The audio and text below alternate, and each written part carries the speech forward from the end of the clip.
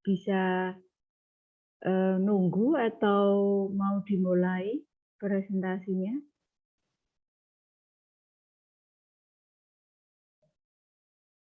(27). Sepertinya sekitar 40 berapa, jadi masih ya 40. Bisa kita tunggu sampai ditunggu aja ya Bu sampai 11:07 Bu. ya. Oke, kelompok satu kelompok saja hari ini bahannya bergevin, betul? Betul ya, oke. Ya, silahkan waktunya untuk presentasi saudara boleh gunakan ya sampai nanti selesai.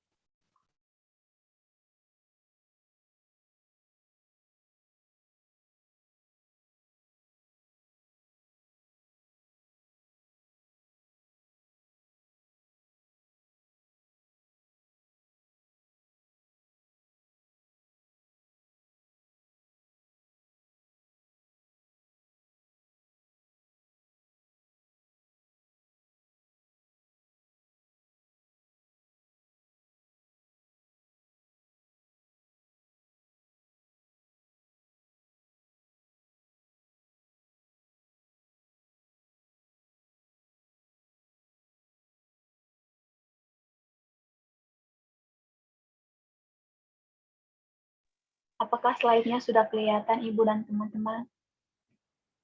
Sudah. Oh iya. Baik, selamat siang Ibu Atik dan teman-teman. Selamat siang. Terima kasih untuk kesempatan yang diberikan kepada kelompok kami. Kami dari kelompok 8 akan mempresentasikan materi analisis investasi. Sebelum masuk ke materi, saya akan memperkenalkan anggota-anggota kelompok. Yang pertama ada Francisca Putri Setianingsih dengan NIM 2021141023. Saya sendiri, Francisca Rahmayantika, dengan NIM 2021141029. Kresensia Efrilita Wende dengan NIM 2021141031. Dan Erna Melinda Maturbongs dengan NIM 2021141046.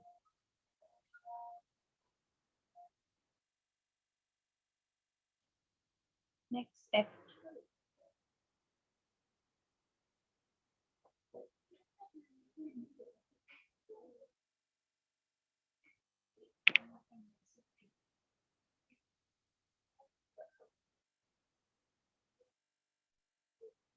Sebentar ya teman-teman.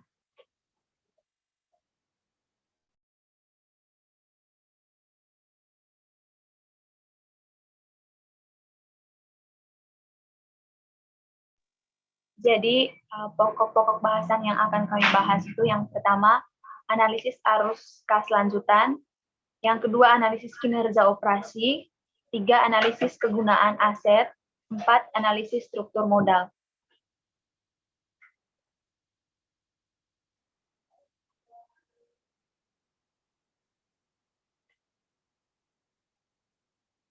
Untuk pokok pembahasan yang pertama akan dijelaskan oleh teman saya Evi.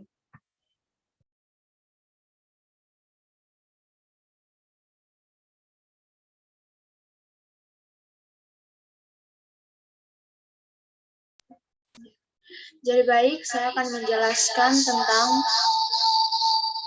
analisis arus kas lanjutan. Jadi analisis arus kas lanjutan terdiri dari laporan kas. Jadi laporan kas arus terdiri dari laporan aliran kas operasi, aliran kas investasi, dan aliran kas pendanaan. Perusahaan yang sukses akan mengumpulkan lebih banyak kas daripada mengeluarkan kas untuk operasi bisnis. Keputusan pendanaan dan investasi membuat aliran kas tersebut mungkin terjadi. Aktivitas pendanaan menyediakan dana untuk akuisisi aset. Sumber daya tersebut menghasilkan kas ketika diinvestasikan dengan bijaksana. Kas dapat dihasilkan melalui operasi, kompensasi kreditur, dan investasi pemilik. Bab ini melanjutkan analisis kas dengan memeriksa hubungan antara aliran kas operasi, investasi, dan pendanaan.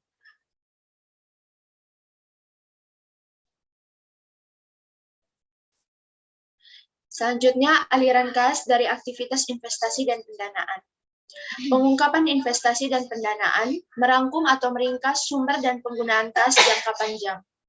Bagian kedua dan ketiga dari laporan arus kas melaporkan investasi dan sejarah pembiayaan. Analisis menilai seberapa baik akuisisi dan alokasi kas masa lalu menciptakan nilai dan memproyeksi peran mereka dalam upaya maksimalisasi kekayaan di masa depan. Lalu aliran kas dari aktivitas investasi. Properti, pabrik, dan peralatan merupakan entitas berwujud yang produktif. Sumber daya ini membantu membangun kekayaan perusahaan melalui penciptaan, pengembangan, dan distribusi produk. Entitas menggunakan kas untuk memperoleh aset tetap dan menerima kas ketika sumber daya tersebut dijual. Aset tidak berwujud juga menghasilkan kas dengan memberikan hak eksklusif kepada perusahaan untuk membuat, menggunakan, atau melakukan sesuatu. Investasi keuangan juga menawarkan alternatif lain dalam menghasilkan kas. Perusahaan menggunakan kas untuk membeli sekuritas dan menerima kas dalam bentuk bunga dan dividen dari penjualan sekuritas. Aliran kas dari aktivitas investasi dilaporkan setelah aliran kas operasi. Bagian dari laporan aliran kas ini mengungkapkan perolehan, penambahan, dan keseluruhan sumber daya produktif perusahaan selama periode pelaporan. Analisis memeriksa bagian dari laporan untuk mendapatkan beberapa aspek berikut. Yang pertama, perusahaan mengakuisisi properti, pabrik, dan peralatan pada waktu yang tepat. Kedua, peningkatan produksi dan ekspansi meningkatkan posisi kompetitif entitas. Yang ketiga, manfaat yang diperoleh dari sumber daya tidak berwujud melebihi biayanya. Yang keempat, investasi keamanan menggunakan kas secara produktif tetapi hati-hati. Dan yang kelima, investasi masa depan akan mencerminkan investasi masa lalu. Singkatnya, analisis mulai menilai produktivitas aset dengan informasi yang disediakan oleh bagian tengah laporan arus kas. Mereka menilai apakah akuisisi dan pelepasan aset masa lalu dibenarkan dan memperkirakan pengeluaran kas masa depan dan penerimaan di daerah-daerah tersebut. Usia entitas mempengaruhi arus kas dari aktivitas investasi, seperti yang disebutkan dalam bab 10 bahwa perusahaan dan industri yang sedang berkembang menggunakan uang tunai untuk berinvestasi dalam sumber daya yang produktif. Lalu aliran atau arus kas dari aktivitas pendanaan. Aliran kas dari aktivitas pendanaan mengungkapkan kas yang dihasilkan dari hutang dan timbulnya ekuitas dan penggunaan kas yang digunakan untuk melunasinya. Selain itu juga melaporkan distribusi kas kepada pemegang saham sebagai kompensasi atas investasi mereka. Analisis menentukan apakah jumlah dan tren aktivitas pendanaan suatu entitas tampak wajar dengan mempertimbangkan keadaan sekitarnya dan juga memproyeksi apakah jumlah dan waktu arus kas masa depan ke dan dari investor. Mirip dengan aktivitas investasi, aktivitas pendanaan berkolerasi dengan tahapan siklus hidup. Bisnis baru membutuhkan pembiayaan eksternal yang ekstensif, di mana pemegang saham dan kreditur menyumbangkan kas untuk memperoleh aset dan meluncurkan operasi bisnis. Dalam hal ini, entitas yang sudah mapan memiliki lebih sedikit kebutuhan untuk pembiayaan eksternal daripada perusahaan yang sedang berkembang. Perusahaan dewasa juga biasanya menghasilkan arus kas yang signifikan dengan menjual barang dan menyediakan layanan, yaitu sumber pendanaan internal.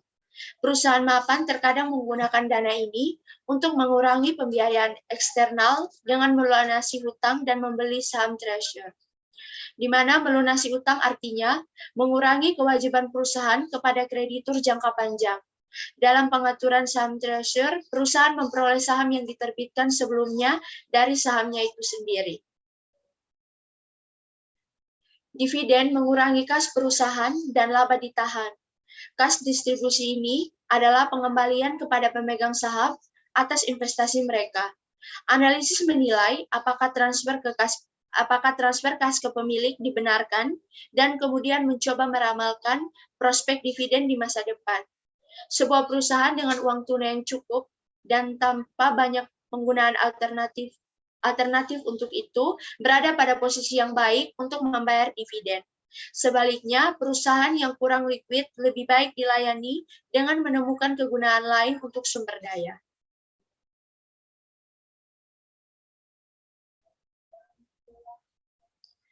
Selanjutnya, hubungan aliran kas.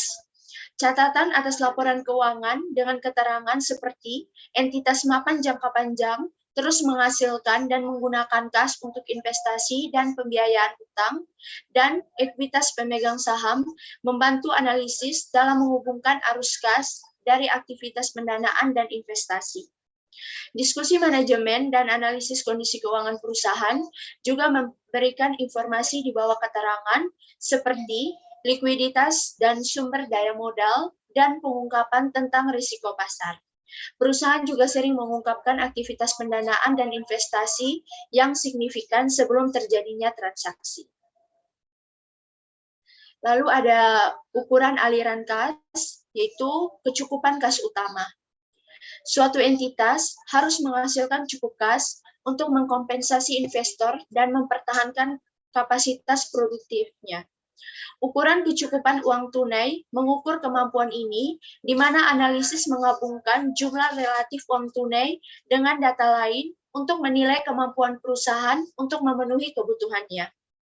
Kecukupan arus kas adalah ukuran utama dari kemampuan perusahaan untuk membangun atau mengisi kembali basis produktifnya, membayar hutang jangka panjang, dan membuat distribusi kepada pemilik. Lalu rumus untuk menghitung rasio dari kecukupan arus kas itu, yaitu kecukupan arus kas sama dengan arus kas dari operasi dibagi aset tetap yang dibeli ditambah hutang jangka panjang yang dibayar dan dividen tunai yang dibagikan. Rasio 1 atau lebih memberikan bukti bahwa arus kas perusahaan cukup untuk menggantikan sumber daya usaha, memenuhi kewajiban kontraktual kepada kreditur, dan mengkompensasikan pemilik untuk investasi mereka. Rasio berkurang dari 1 memiliki arti yang berlawanan. Jika dilihat dengan cara lain, jika pembilang rasio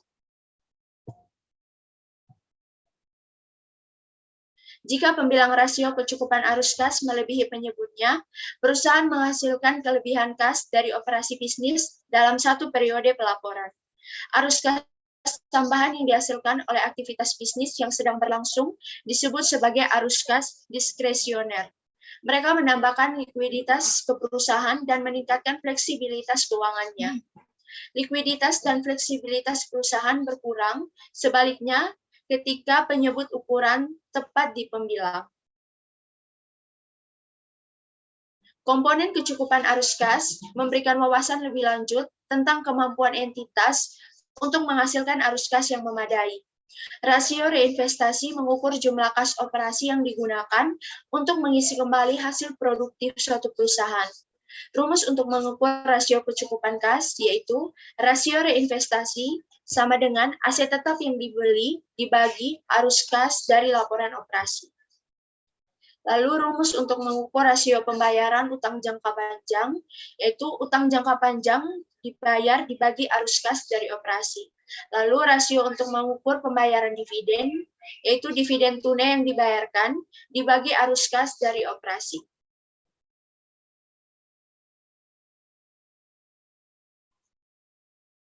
Lalu ada ukuran kecukupan kas lainnya. Ada 3 langkah ukuran kecukupan kas lainnya. Salah satunya adalah alternatif untuk rasio kecukupan arus kas, dan 2 lainnya mengukur signifikansi arus kas bebas. Non-kas sekarang mewakili kas operasi. Jadi ada 3 langkah ukuran kecukupan kas lainnya. Yang pertama ada free cash flow, merupakan kas bersih operasi yang tersedia bagi perusahaan setelah mempertahankan kapasitas produksi dan memenuhi kewajiban pendanaannya kepada pemegang saham. Yang kedua, depresiasi dan amortisasi merupakan beban non-kas, di mana akan ditambahkan ke pendapatan saat menghitung, di mana tidak langsung dan mengurangi dari biaya operasional dan menghitung langsung, di mana depreciation impact ratio mengukur presentasi arus kas operasi yang berasal dari alokasi biaya periodek aset jangka panjang. Yang ketiga, analisis mengevaluasi dampak depresiasi dalam hubungan dengan reinvestasi. Jadi analisis ini melihat reinvestasi rasio yang melebihi untuk depresiasi impact, di mana indeks rekapitalisasi membandingkan dua rasio ini.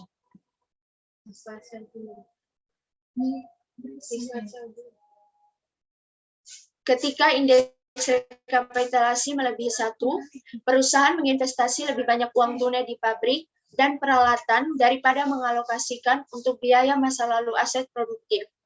Jika tampak depresiasi lebih besar dari dua rasio, itu menandakan bahwa organisasi tidak mempertahankan dan memperluas sumber daya jangka panjang.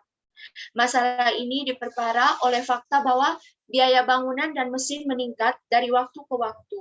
Dengan demikian, rasio reinvestasi tidak hanya harus sama dengan rasio dampak dividen, tetapi juga harus lebih besar dari rasio dampak dividen untuk mengimbangi inflasi dan ekspansi perusahaan.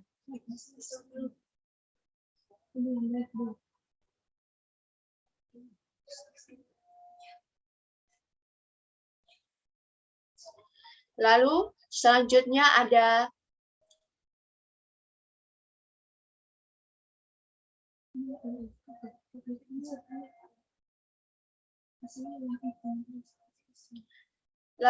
efisiensi kas. Jadi perusahaan memperoleh aset dan melakukan penjualan untuk menghasilkan uang tunai. Tindakan efisiensi kas memberikan data tentang sejauh mana efek yang diinginkan telah tercapai. Perusahaan memperoleh aset dan melakukan penjualan untuk menghasilkan kas.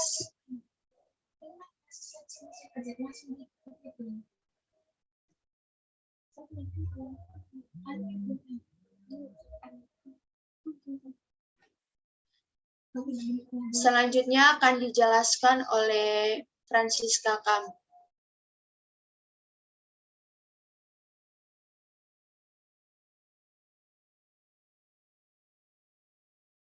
Bisa di slideshow. Jadi full. Tidak ada yang samping kiri kecil-kecil ini, tidak ada. Jadi hanya ada analisis kinerja operasi full.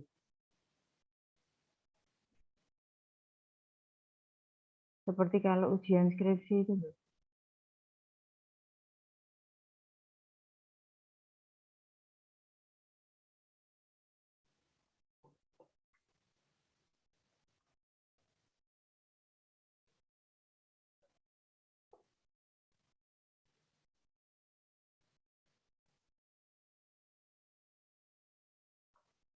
Ada yang bisa membantu kelompok? Tombolnya ada di bawah itu loh. Nah, kan ada gambarnya banyak, terus gambarnya kecil hanya satu. Nah itu yang hanya satu itu diklik. Nanti dia jadi penuh, terus yang kiri ini tidak ada. Yang kecil-kecil ini loh. Apakah sudah terlihat, Bu? Belum. Mungkin boleh di stop share dulu, baru di slideshow, nanti baru di share screen lagi yang udah di slideshow. Terima kasih, Vina.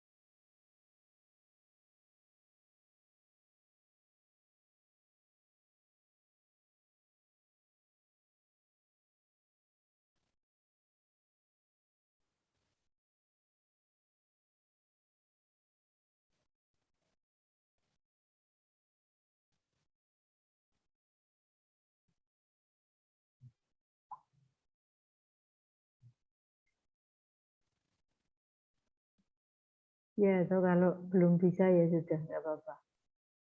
Yuk dilanjut. Kalau enggak, saya share screen aja, Bu. Oh ya, silakan. Terima kasih bantuannya. Makasih Kak Vina. Sama.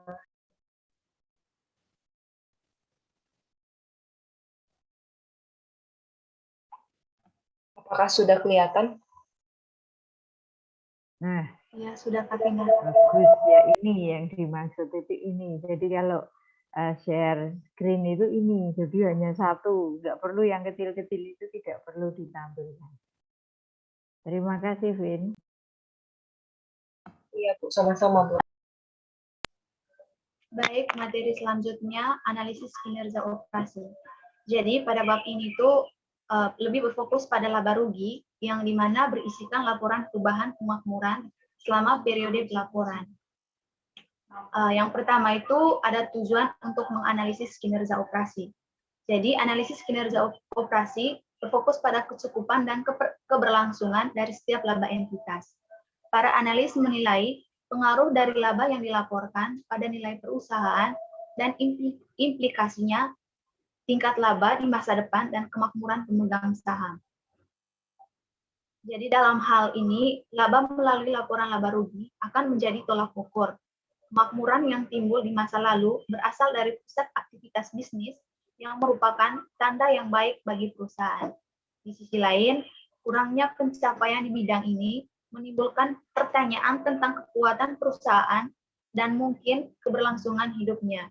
Pendapatan yang diperoleh dari transaksi non-inti sangat mempengaruhi analisis, tetapi berbeda dari laba yang dihasilkan oleh operasi bisnis pusat. Analisis ini mengevaluasi laporan laba rugi untuk menentukan peningkatan kemakmuran yang relatif dari setiap komponen dalam pendapatan ini. Next, Katin. Selanjutnya, laba dan kemakmuran. Para analis harus memahami kemakmuran dan konsep terkait untuk menafsirkan pengungkapan laporan laba rugi dan pengungkapan neraca.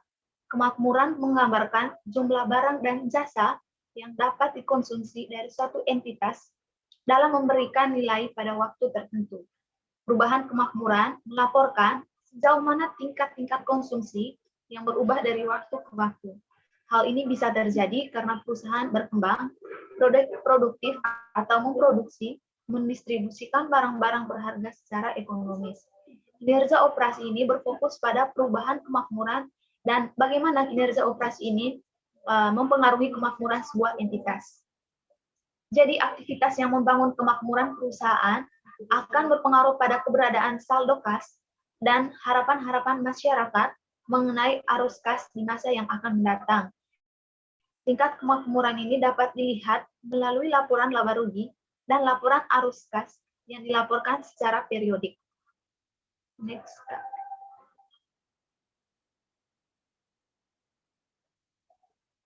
Yang pertama itu ada teori laba. Jadi menurut teori ekonomi itu, laba adalah tingkat di mana perusahaan dapat mengonsumsi barang atau produk sepanjang waktu dan menjadi lebih baik pada akhir periode dibandingkan awal periodenya. Jadi dapat disimpulkan bahwa modal yang diinvestasikan pada awal periode dikurangi dengan aset bersih yang dimiliki pada akhir periode diperkirakan akan sesuai dengan laba dari laporan prediksi keuangan. Dalam menganalisis teori laba ini, harus dibedakan dahulu antara laba bisnis dan laba ekonomisnya. Jadi, laba bisnis itu adalah suatu penerimaan suatu perusahaan setelah dikurangi biaya-biaya eksplisit atau biaya akuntansi perusahaan yang dikeluarkan dalam proses produksi. Contohnya seperti gaji, bahan baku, sewa. Laba ekonomis, sedangkan laba ekonomisnya adalah selisih antara pendapatan dengan biaya atau biaya implisit dan eksplisit. Jadi dalam menganalisis teori laba ini harus dibedakan dahulu apa saja yang dimaksud. Laba ekonomis ini adalah selisih antara pendapatan dengan total biaya. Selanjutnya ada komposisi laba.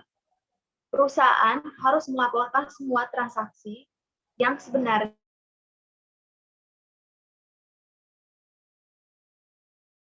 yang mengklasifikasikan laba ke dalam berbagai komponen. Laporan laba rugi ini dapat dikelompokkan menjadi dua, yaitu laporan operasi dan laporan non-operasi. Selanjutnya ada laba per lembar saham. Laba per lembar saham, sekumpulan laba yang berisikan informasi yang bias. Laba per lembar saham ini memberikan indikator operasi perusahaan. Indikator ini mengukur berapa banyak laba yang dihasilkan oleh setiap lembar sahamnya, saham biasa, dan yang harus diungkapkan dalam laporan laba rugi.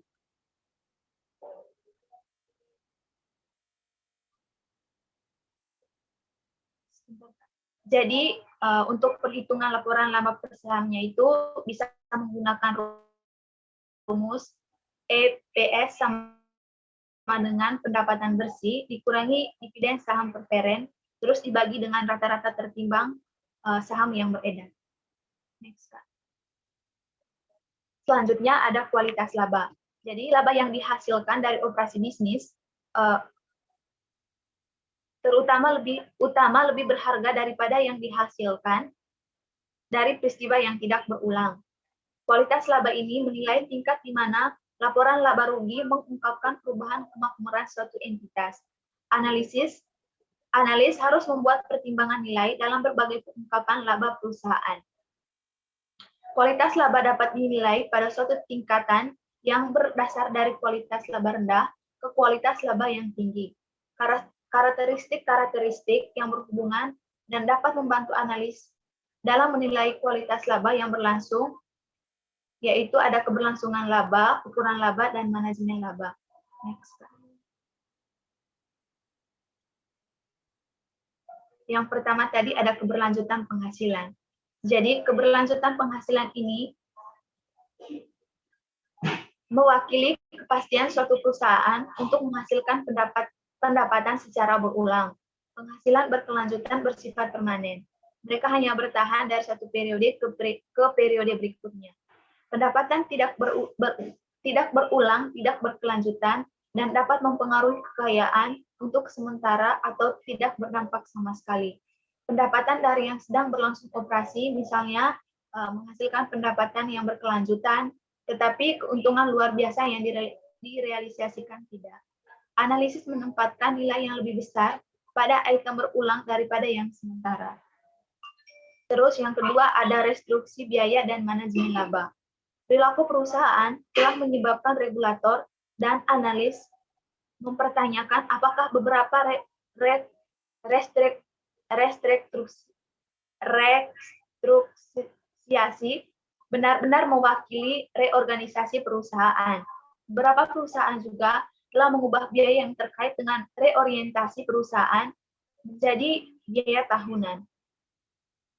Jadi restrukturisasi ini dirancang untuk menjadi beban satu kali terhadap pendapatan beberapa perusahaan. Yang ketiga itu ada pengukuran dan manajemen laba. Jadi kebijakan dan prosedur yang digunakan oleh entitas untuk menentukan pendapatan yang menentukan pengukuran mobil. Jika manajemen secara sistematis memilih prinsip akuntansi yang melaporkan laba dengan baik, berarti terlibat dalam manajemen laba. Jadi setiap perusahaan mengukur pendapatan, tetapi mengevaluasi apakah eksekutif mengelolanya. Jadi dalam hal ini itu manajer membuat banyak pilihan yang mempengaruhi pendapatan. Mereka membuat keputusan bisnis dengan tujuan untuk menambah nilai ekonomi bagi perusahaan. Manajemen memilih untuk melaporkan aktivitas bisnis tersebut melalui keputusan akuntansinya. Hubungan antara keputusan bisnis dan keputusan akuntansi ini untuk menghasilkan pendapatan yang dilaporkan. Jadi keputusan bisnis manajemen ini juga menangkap esensi dari apa yang harus diukur dan dipilih akuntansi untuk mencerminkan bagaimana pendapatan yang akan mereka laporkan. Next.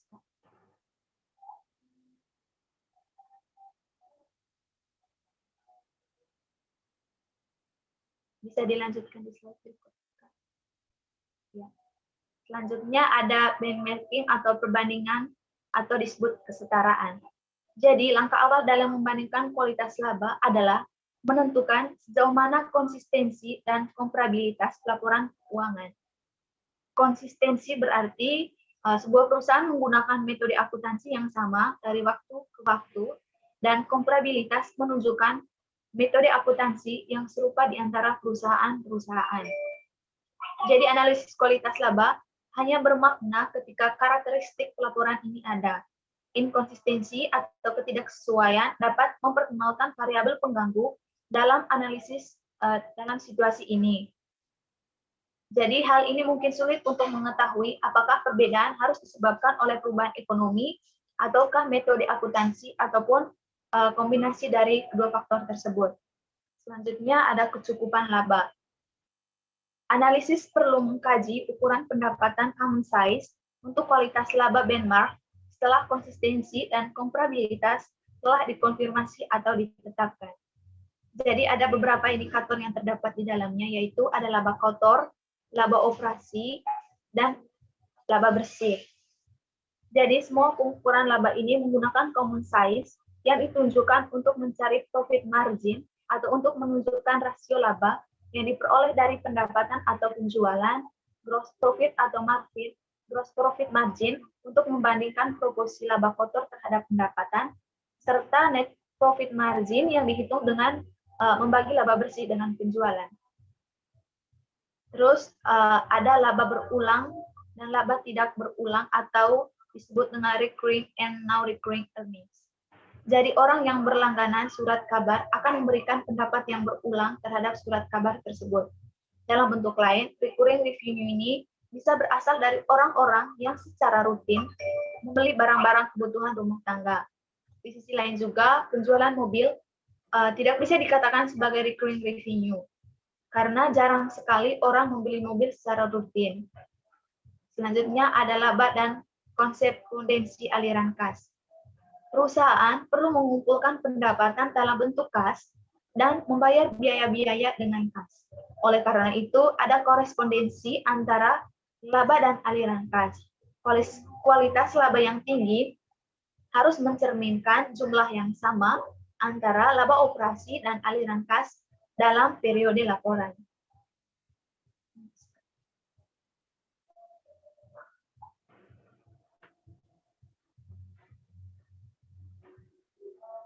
Selanjutnya, analisis industri komputer pribadi.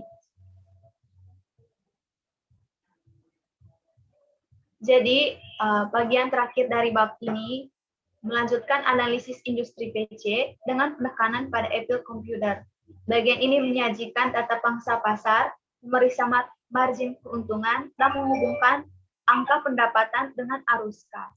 Hal ini berarti berorientasi pada penilaian kualitas laba perusahaan. Yang pertama itu ada laba saham. Jadi dalam saham ini perusahaan komputer pribadi merancang, memproduksi, dan mendistribusikan PC dan peralatan terkait kemampuan perusahaan dalam menciptakan kekayaan yang dihasilkan dari kemampuannya untuk menjual produk secara menguntungkan. Dari data pangsa pasar memberikan bukti penerimaan publik terhadap PC perusahaan ini. Pangsa perusahaan dikuasai oleh merek Apple, Compaq, Dell, and Gateway. Selanjutnya ada kecukupan penghasilan. Fitur produk Apple yang mudah digunakan memberikan keunggulan kompetitif bagi perusahaan dan memungkinkan Apple ini untuk membedakan harga premium produknya selama masa pertumbuhan industri PC. Margin kotor perusahaan yang lebih tinggi dari rata-rata pada tahun-tahun awal studi, sebagiannya disebabkan oleh kecakapan teknologinya. Namun, perangkat lunak yang meniru teknologi Apple ini mengikis keunggulan teknologi Apple. Selanjutnya ada keberlanjutan penghasilan. Jadi, data yang mendasari 3 rangkaian pameran ini memberikan bukti keberlanjutan pendapatan industri.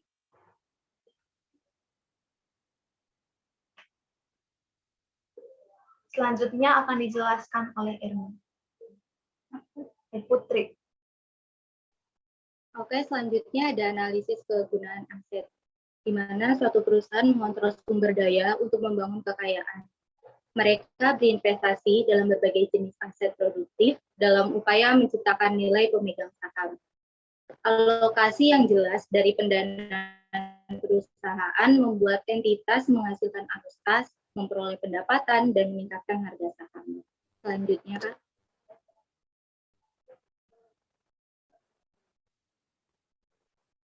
Lalu ada tujuan untuk menganalisis pemanfaatan aset. Seorang manajemen mengalokasikan dana di antara berbagai aset seperti uang pemilik yang diinvestasikan dalam persediaan, peralatan, dan aset tidak berwujud pendanaan eksternal, serta pendapatan yang ditahan dalam bisnis yang dibiayai operasi tambahan.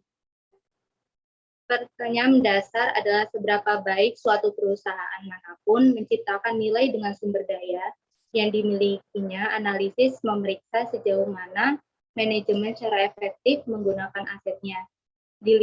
Biasanya dilihat dari perspektif pemilik, masalah menjadi salah satu penilaian, apakah kekayaan yang diciptakan oleh perusahaan cukup mengkompensasi mereka untuk investasi mereka. Untuk membuat penilaian tersebut, biasanya seorang analis harus memiliki suatu pemahaman yang kuat tentang konsep investasi, modal, dan aset. Selanjutnya, lalu ada kegiatan investasi. Di pengembalian investasi digunakan untuk mengukur pemanfaatan aset. Biasanya istilah investasi namun memiliki lebih dari satu arti, tergantung pada konteksnya digunakan. Analisis juga harus menyadari bahwa prinsip akuntansi yang berlaku. Selanjutnya. Lalu ada penilaian aset. Sebuah entitas melaporkan sumber daya ekonomi yang saat ini dikendalikan sebagai aset. Secara agregat, aset merupakan sumber daya yang diandalkan perusahaan untuk mendapatkan pendapatan. Mereka dilaporkan di neraca berdasarkan biaya historis yang dimodifikasi.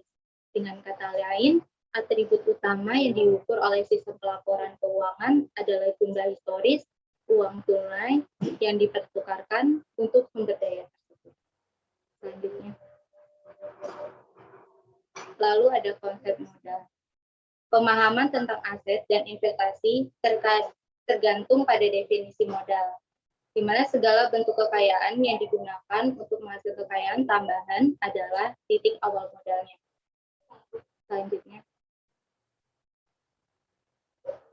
Lalu ada pengembalian aset atau return on asset. Tingkat pengembalian aset melaporkan presentasi pendapatan yang diperhatikan untuk setiap dolar yang diinvestasi dalam sumber daya entitas. Analisis ini kemudian bisa diproyeksikan ke masa depan untuk melihat kemampuan perusahaan menghasilkan laba pada masa-masa mendatang. Selanjutnya, ada orientasi manajerial. Menggunakan return on asset memungkinkan perusahaan manapun untuk menilai kinerja manajerial. Manajer mengoperasikan perusahaan atas nama pemilik. Mereka menggunakan utang ekuitas. Selanjutnya.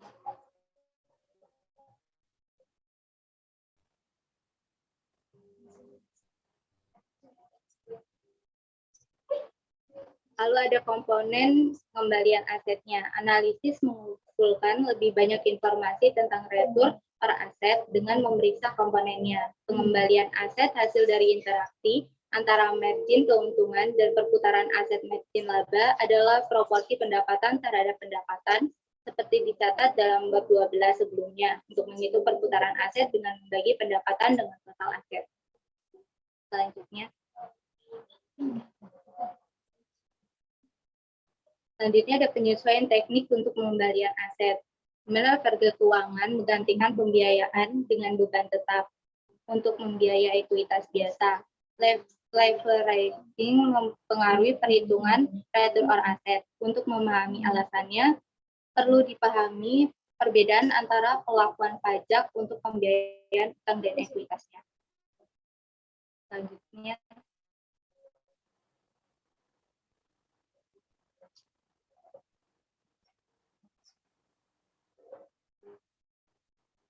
pada pengembalian ekuitas atau return on equity, di mana menghasilkan laba entitas atas modal yang diinvestasikan oleh pemegang saham biasa. Rasio ini tidak termasuk financial creditor dan pemegang saham preferen. Hanya dana yang disediakan oleh pemegang saham biasa yang digunakan untuk menghitung return on equity-nya. Selanjutnya, ada komponen pengembalian ekuitas serupa dengan perhitungan return on asset, pendapatan, dan total aset. Di sisi komponen persamaan dibatalkan menghasilkan pengembalian keseluruhan yang ditentukan dengan membagi pendapatan dengan ekuitas biasa. Selanjutnya,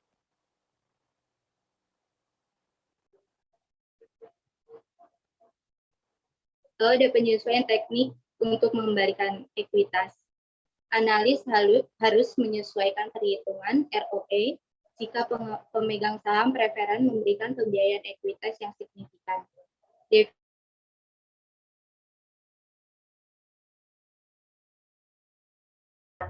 Jika sebuah perusahaan tidak membayar dividen preferen pada tahun-tahun sebelumnya, maka itu juga harus mengurangi dividen yang masih harus dibayar ini dari laba ditahan.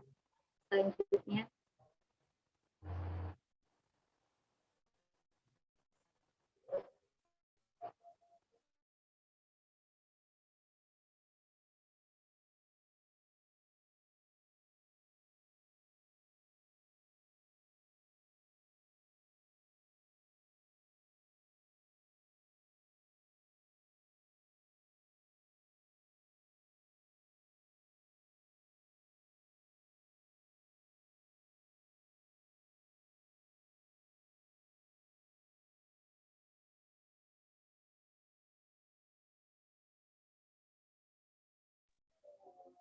Terputus ya, Francisca.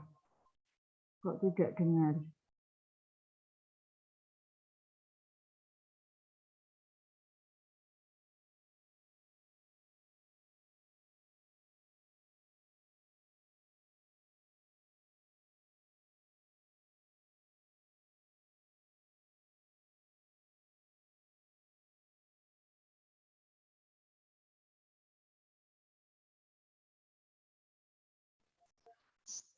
mohon maaf Bu, tadi ada gangguan sinyal. Selanjutnya ada pertimbangan pemanfaatan aset tambahan, di mana perputaran aset tetap, penurunan nilai aset, pengembalian segmen, dan pergeseran menuju ekonomi informasi memberikan tantangan tambahan saat menganalisis pemanfaatan aset. Bagian berikut biasanya membahas secara singkat item-itemnya.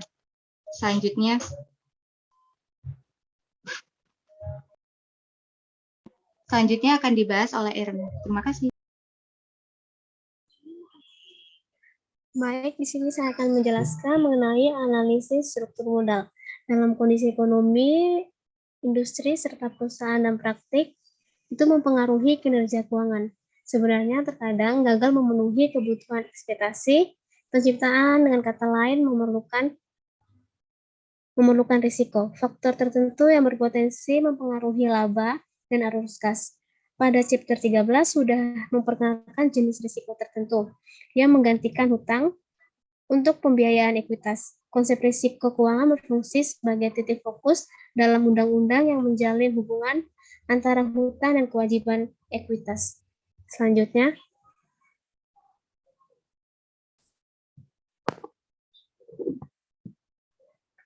tujuan untuk menganalisis struktur modal. Komponen utama dari struktur modal adalah stok yang dapat dibayar, saham bersama, dan laba ditahan. Aset yang diperoleh dengan dana tersebut terlibat dalam kegiatan produksi balas dendam. Kegiatan bisnis pusat ini menghasilkan arus kas yang mencukupi. Struktur dan aset adalah keuangan aset yang bersifat emosi. Proporsi utang ke ekuitas memainkan peran penting ketika menganalisa pembayaran aset. Analisis struktur modal menentukan jika kombinasi dari utang dan ekuitas entitas memungkinkan pencipta kekayaan secara berlebihan, membahayakan solvabilitas jangka panjang atau fleksibilitas keuangan. Struktur modal yang efektif menyediakan perusahaan dengan kekuatan keuangan stabilitas. Proporsi utang untuk ekuitas harus mengimbangi kreditur untuk penggunaan dana mereka. Menyediakan investor ekuitas dengan pengembalian investasi yang diterima untuk risiko yang dihadapi mereka, memungkinkan perusahaan untuk mengambil keuntungan dari peluang investasi yang tak terbuka dan melindungi perusahaan dari kesulitan ekonomi. Selanjutnya kegiatan pembiayaan. Neraca melaporkan bagaimana dana diakuisisi dan dialokasikan. Ingatlah hubungan dasar antara kegiatan pembiayaan dan investasi. Diskusi di chapter 8 itu, kegiatan tersebut diklasifikasikan ke dalam komponen jangka pendek dan jangka panjang. Analisis awalnya berfokus pada aktivitas jangka pendek. Likuiditas dan analisis arus kas operasi yang dilakukan pada chapter 8 sampai 11 itu melibatkan hubungan antara giro dan aktivitas jangka pendek. Analis kinerja operasi. Pada chapter 13 itu penghasilan terkait dengan sumber daya yang dibutuhkan untuk memproduksinya. Bab ini membahas metode jangka panjang pembiayaan aset tersebut untuk memulai. Ada dua konsep penting yang mendasari pengaturan pembiayaan jangka panjang. Next. Yang pertama ada penilaian struktur modal. Sistem pelaporan keuangan berlaku. Sistem pelaporan keuangan berlaku untuk penilaian kewajiban serta pengukuran aset. Sistem biaya historis mendasari prosedur akuntansi yang berlaku umum. Namun, modifikasi mempengaruhi pengungkapan kewajiban. Misalnya, neraca Estuf melaporkan kewajiban yang penuh akumulasi pada jumlah kos aktual terhadap barang atau layanan yang diterima. Jenis pengungkapan ini adalah penerapan biaya historis. Utang usaha bagaimanapun dilaporkan pada nilai keluarnya yang diharapkan. Ini berarti kewajiban tersebut dihargai, jumlah uang tunai akan membayar vendor untuk menghilangkan klaim mereka terhadap perusahaan tersebut. Neraca mengungkapkan catatan jangka panjang dan hutang obligasi pada nilai sekarang dan arus kas yang diharapkan, yang berarti perusahaan menonaktifkan pembayaran kas masa depan untuk kewajiban ini ke nilai sekarang. Yang kedua, investor utang dan ekuitas. Pengukuran atribut alternatif untuk akun utang dan ekuitas menggarisbawahi tujuan untuk yang berbeda untuk masing-masing kelompok investor. Tinjauan beberapa tujuan tersebut dan kebutuhan perusahaan. Investor ekuitas menyediakan pembiayaan permanen, ukuran keamanan pada kreditor dengan bertindak sebagai bantal keuangan pada saat kesulitan ekonomi. Investasi pemilik terkait erat dengan organisasi sebagai akibat dari peran mereka dalam pembiayaan perusahaan. Investasi sebagai perbedaan antara penilaian aset dan kewajiban. Pertimbangan ketiga faktor ketika menilai pembiayaan utang dan analisis struktur modal yaitu pembiayaan terkait dengan jadwal bisnis dan kewajiban jangka pendek lainnya dari praktik struktur modal dengan menganalisis kewajiban lancar sebagai konsep likuiditas jangka pendek, lalu mengecualikan kewajiban pajak, tanggung jawab jangka panjang dari analisis struktur modal, karena struktur kas yang dibutuhkan untuk memenuhi kewajiban tidak ada dengan tingkat kepastian, seperti halnya untuk kewajiban jangka panjang konvensional. Yang terakhir, saham preferen dan obligasi yang dapat dikonversi menjadi saham biasa, merupakan sumber potensi dari pembiayaan ekuitas biasa. Selanjutnya,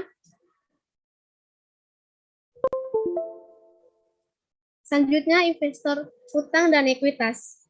Pengukuran atribut alternatif untuk akun utang dan ekuitas menggarisbawahi kelompok investor objektif yang berbeda.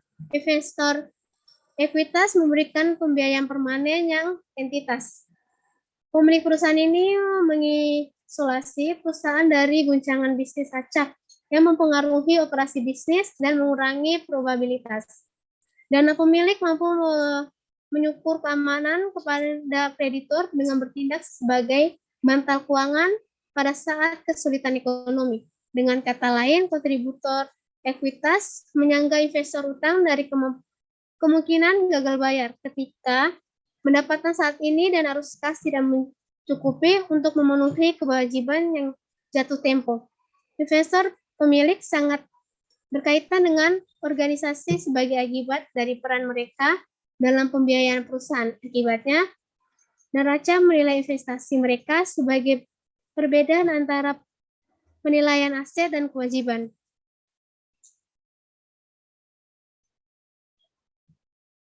Ada analisis mempertimbangkan ada faktor saat menilai pembiayaan utang dan analisis struktur modal. Yang pertama, arus tidak ada kewajiban saat ini, berbeda dengan asal-usul, jumlah, jadwal pelunasan, dan karakteristik lainnya secara konseptual. Keduanya itu merupakan bagian dari struktur modal entitas. Namun, operasi bisnis tidak termasuk kewajiban jangka pendek dari analisis struktur modal. Analisis mencerminkan praktis bisnis dengan menganalisis kewajiban lancar sebagai komponen likuiditas jangka pendek. Yang kedua, analisis biasanya tidak termasuk kewajiban pajak yang terhormat dari analisis struktur modal karena uang tunai tersebut diperlukan keadilan di sana. Kewajiban tidak ada dengan tingkat kepastian bahwa kewajiban jangka panjang. Yang ketiga, saham dan obligasi yang tidak dapat dibalik menjadi saham biasa, itu adalah sumber potensi pembiayaan ekuitas yang sama. Analisis bagaimanapun seharusnya tidak melakukan deklasifikasi dengan demikian, kecuali jika jelas bahwa efek tersebut akan diubah menjadi saham biasa. Selanjutnya,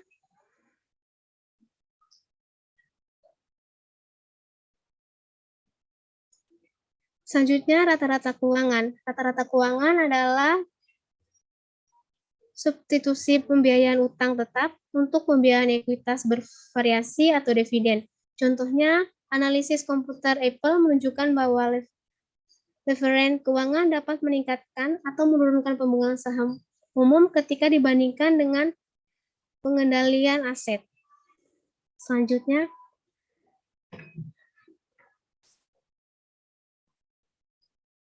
konsep rata-rata keuangan. Kebanyakan struktur modal perusahaan terdiri dari utang jangka panjang dan ekuitas. Poin perselisihan dalam keuangan perusahaan adalah apakah proporsi utang dan pembiayaan ekuitas mempengaruhi nilai perusahaan.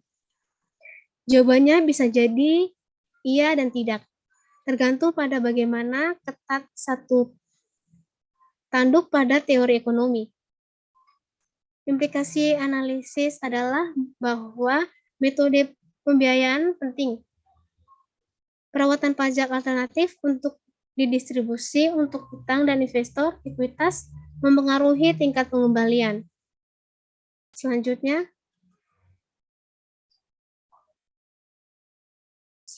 implikasi pembiayaan utang.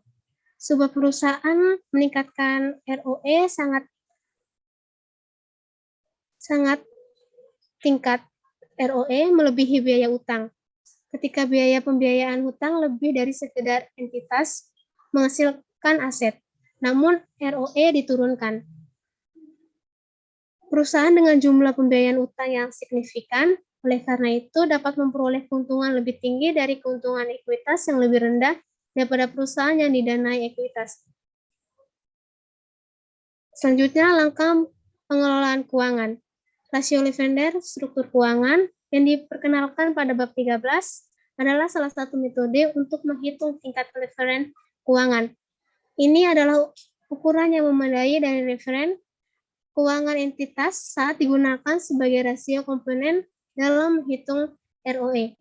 Rasio Lavender struktur keuangan selalu lebih besar dari 1. Selain itu, rasio itu sebagian besar sesuai dengan jumlah utang entitas. Oleh karena itu, rasio referen struktur keuangan menyiratkan bahwa pembiayaan utang selalu disukai untuk pembiayaan ekuitas. Selanjutnya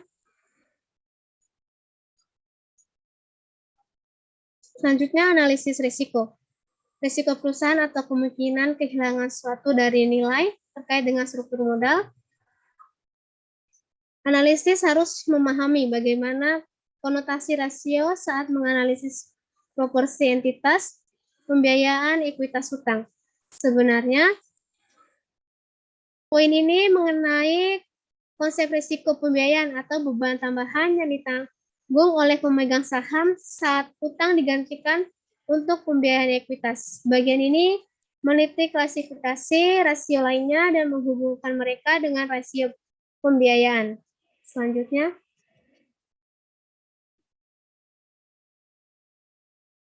risiko kredit. Risiko kredit adalah kemungkinan bahwa perusahaan tidak akan mampu melakukan pembayaran bunga dan pokok dari dana pinjaman tepat waktu.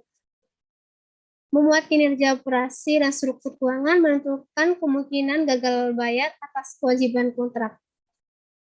Sebuah perusahaan yang menghasilkan atau memperoleh pendapatan berkualitas tinggi memiliki arus kas operasi yang kuat dan menghasilkan pengembalian investasi yang sehat adalah risiko kredit yang lebih kecil daripada perusahaan yang tidak menghasilkan jenis hasil tersebut. Selain itu, beban utang entitas mempengaruhi risiko kredit. Perusahaan dengan sebentar, presentasinya masih lama ya. Ini sekarang jam 12 ya. Oh, kalau begitu dilanjutkan aja ya, Bu. Bukan, begini. Ini satu kelompok. Iya, Bu. Iya. Ya, satu kelompok ya. Gini aja, karena Bu Ati itu harus ikut Zoom universitas jam 12 sampai jam 1. Jadi saya sudahi kuliah ALK-nya. Minggu depan kita ketemu lagi tanggal 13, betul ya? Betul, Bu. Ya, berarti yang hari ini belum dibacakan, besok dibacakan lagi di awal. Ya, kemudian bahannya dari Bergevin toh ini? Iya, Bu. Ya, sepertinya betul, tetapi artiannya ke dalam bahasa Indonesia yang masih harus info. Bu Ati tidak bisa memantau karena bukunya ada di mahasiswa begitu. Jadi rata-rata keuangan tadi saya bingung apa yang dimaksud rata-rata keuangan begitu. Ya, jadi ada revisi-revisi berkaitan dengan pengertian translate dari bahasa Inggris ke bahasa Indonesia oleh kelompok. Ya, kalau perlu misalnya ada contoh dari kakak tingkat saudara begitu bisa dipakai. Coba Bu Ati carikan. Nanti Vina ingatkan Bu Ati ya untuk mencari bukunya Bergevin 11, 12, 13, 14, betul Vin? Ya, betul. Ya, baik gitu ya. Untuk presensi silahkan karena udah ada di LMS, tetapi